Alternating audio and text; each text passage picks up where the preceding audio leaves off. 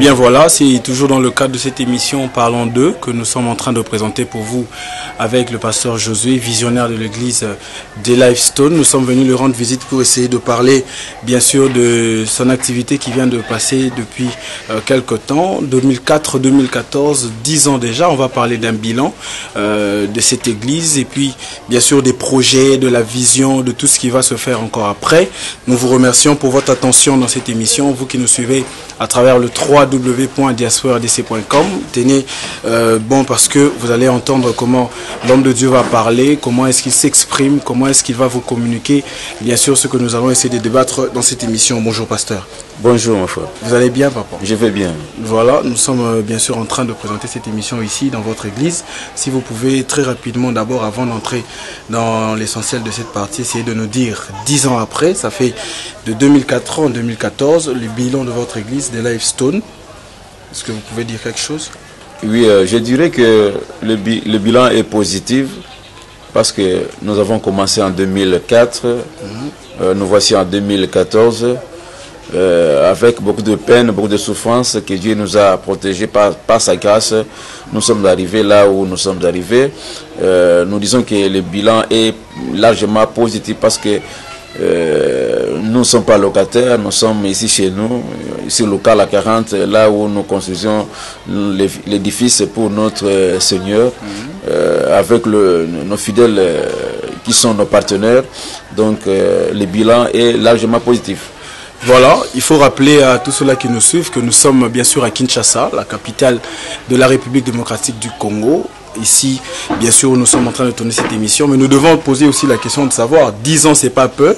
10 ans, un enfant peut déjà naître et puis commencer bien sûr l'école. Si vous pouvez dire combien déjà d'extensions vous avez ici en République démocratique du Congo. Au total, nous avons 5 églises qui sont déjà des églises, des extensions. À Delvaux, nous avons 2 églises. À Boma, nous avons une église. À Mwanda, 2 églises. Et bientôt, une église qui sera implantée à Bandundu, à Feshi, où je serai au mois de juillet de 2016. Donc nous aurons au total 6 églises déjà dans notre République démocratique du Congo. Voilà, nous allons parler de l'église, de vos activités, de votre vision, de votre projet, des Lifestone d'abord. Ceux qui sont en train de nous suivre, bien sûr, c'est à travers les Congolais de la diaspora, notre site qui est le www.diasporadc.com. Et vous pouvez nous dire d'abord des Lifestone, ça veut dire quoi? De Lifestone, c'est en anglais qui veut dire la pierre de vie. La pierre de vie, donc... Dieu nous a inspiré de prendre le verset 2 Pierre 1, chapitre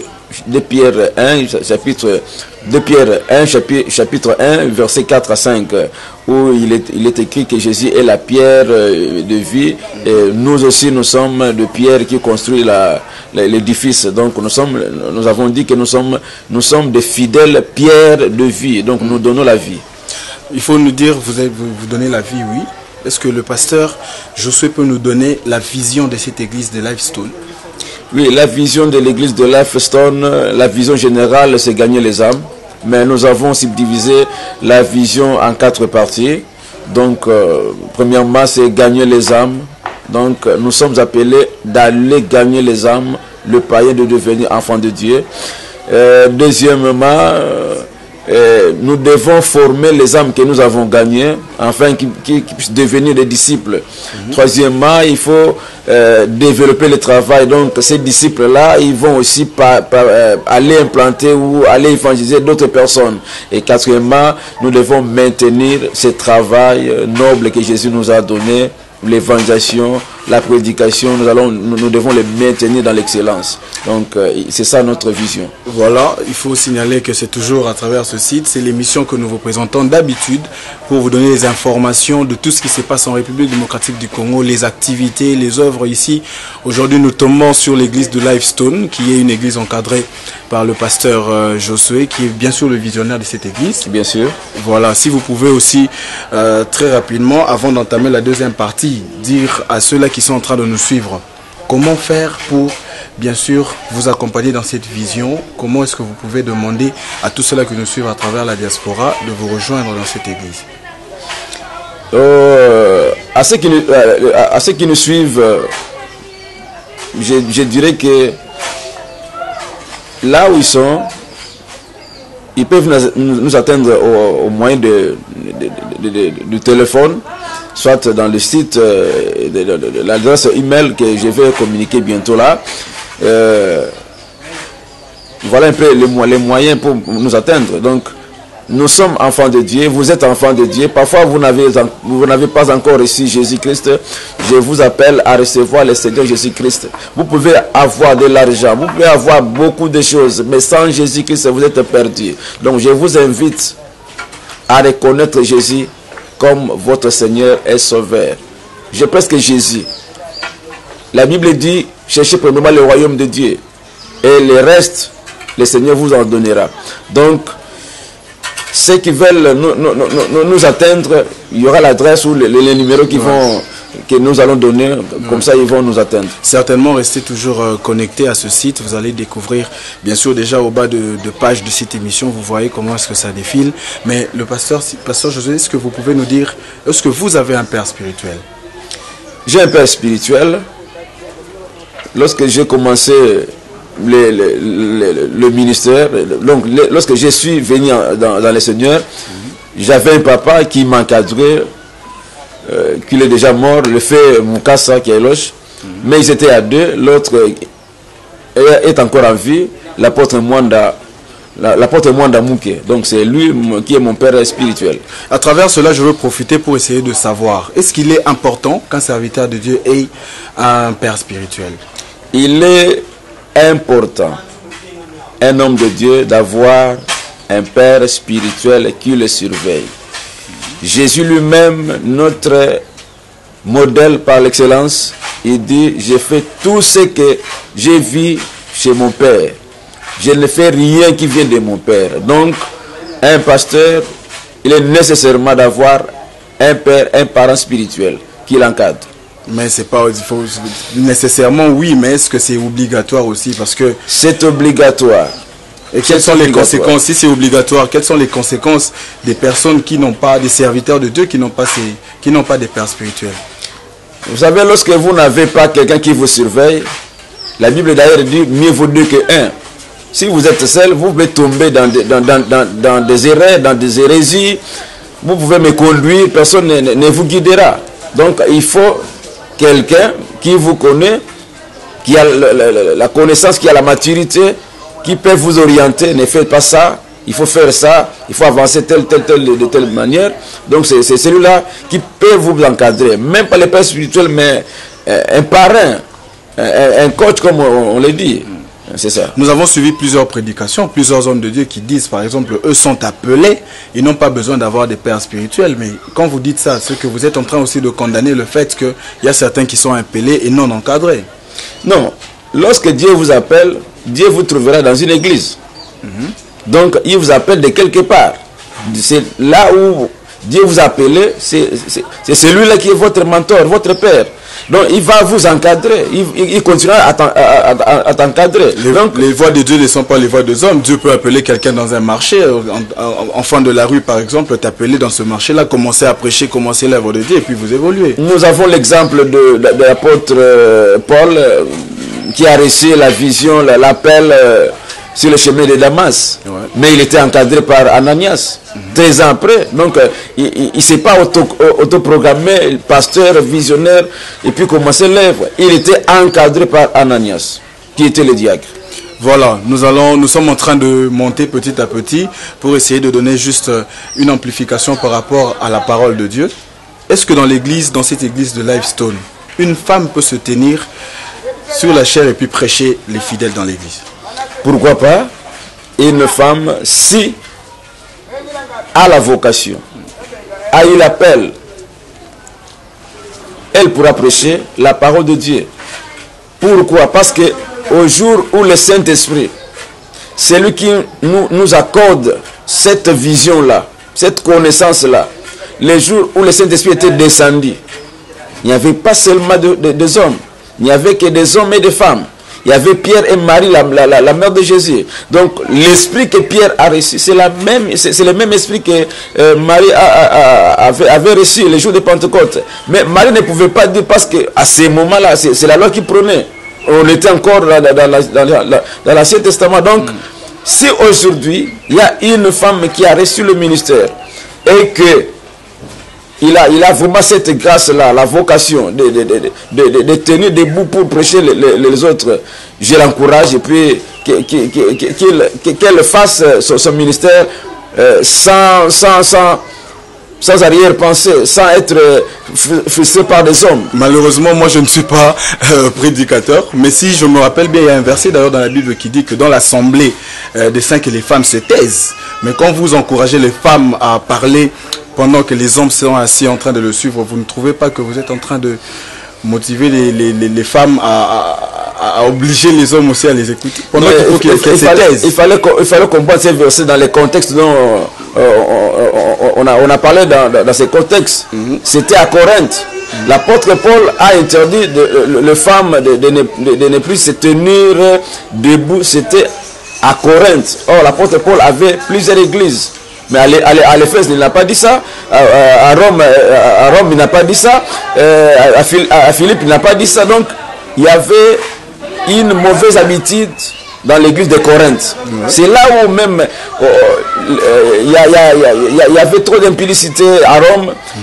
Rome, c'était une ville où on faisait des commerces. Il y avait trop de légèreté de côté des femmes. Donc, c'est ainsi que les femmes qui se convertissaient, Paul n'avait pas le courage de leur dire que vous pouvez prêcher la parole. Il leur disait, il n'est pas permis que la femme prenne la parole devant les hommes. Donc c'était à Corinthe. Ce n'était pas partout où Paul prêchait la parole de Dieu. Voilà, merci beaucoup. Nous sommes en train de cheminer petit à petit. J'espère que le pasteur Simon est en train de vous éclairer par rapport à cette parole qui a été dite dans la Bible.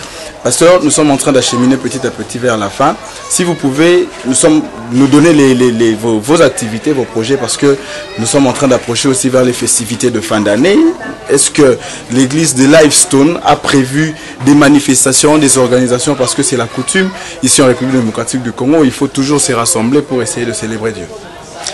Oui, nous avons une activité que nous nous préparions pour le fin de l'année. C'est le 31 décembre où nous aurons une réveillon dans cette église. Nos projets d'avenir, comme je disais tantôt, nous avons acheté au moins 10 parcelles à Fèche. C'est là où nous allons commencer une société missionnaire. Donc nous aurons beaucoup d'activités à partir de Fèche. Et puis nous allons commencer à créer des écoles, des hôpitaux, des orphelinats. Donc c'est ça que nous avons comme projet d'avenir. Mais c'est étonnant qu'à 10 ans seulement, vous avez de tels projets, tandis qu'il y a plusieurs églises qui ont plus des années que vous avez fait, qui n'ont pas des projets comme ça. Vous allez dire que votre motivation, c'est plus quoi? Notre motivation, c'est plus Christ. L'église a des ailes. Il y a zèle spirituel et il y a aussi zèle social. Donc après avoir prêché le spirituel, nous devons aussi penser à encadrer les humains dans les activités sociales. C'est ce que nous réfléchissons, c'est ce que Jésus a fait. Comme nous sommes les disciples de Jésus, nous emboîtons les pas pour accompagner notre Seigneur dans l'œuvre qu'il nous a léguée. Vraiment, je suis d'ailleurs en train de vous encourager dans la démarche. Félicitations. Merci. Et puis très rapidement, si vous pouvez donner vraiment vos coordonnées, parce que tous les Congolais qui sont éparpillés dans la diaspora ont aussi besoin de savoir que dans la capitale, à Kinshasa, il y a des projets comme ça. Si vous pouvez leur donner des contacts, comment vous joindre par rapport à toutes ces activités-là. Ok, donc les gens qui peuvent nous atteindre, nous avons une adresse email, c'est delifestone en un mot @yahoo.fr. delifestone @yahoo.fr. Soit Kwembe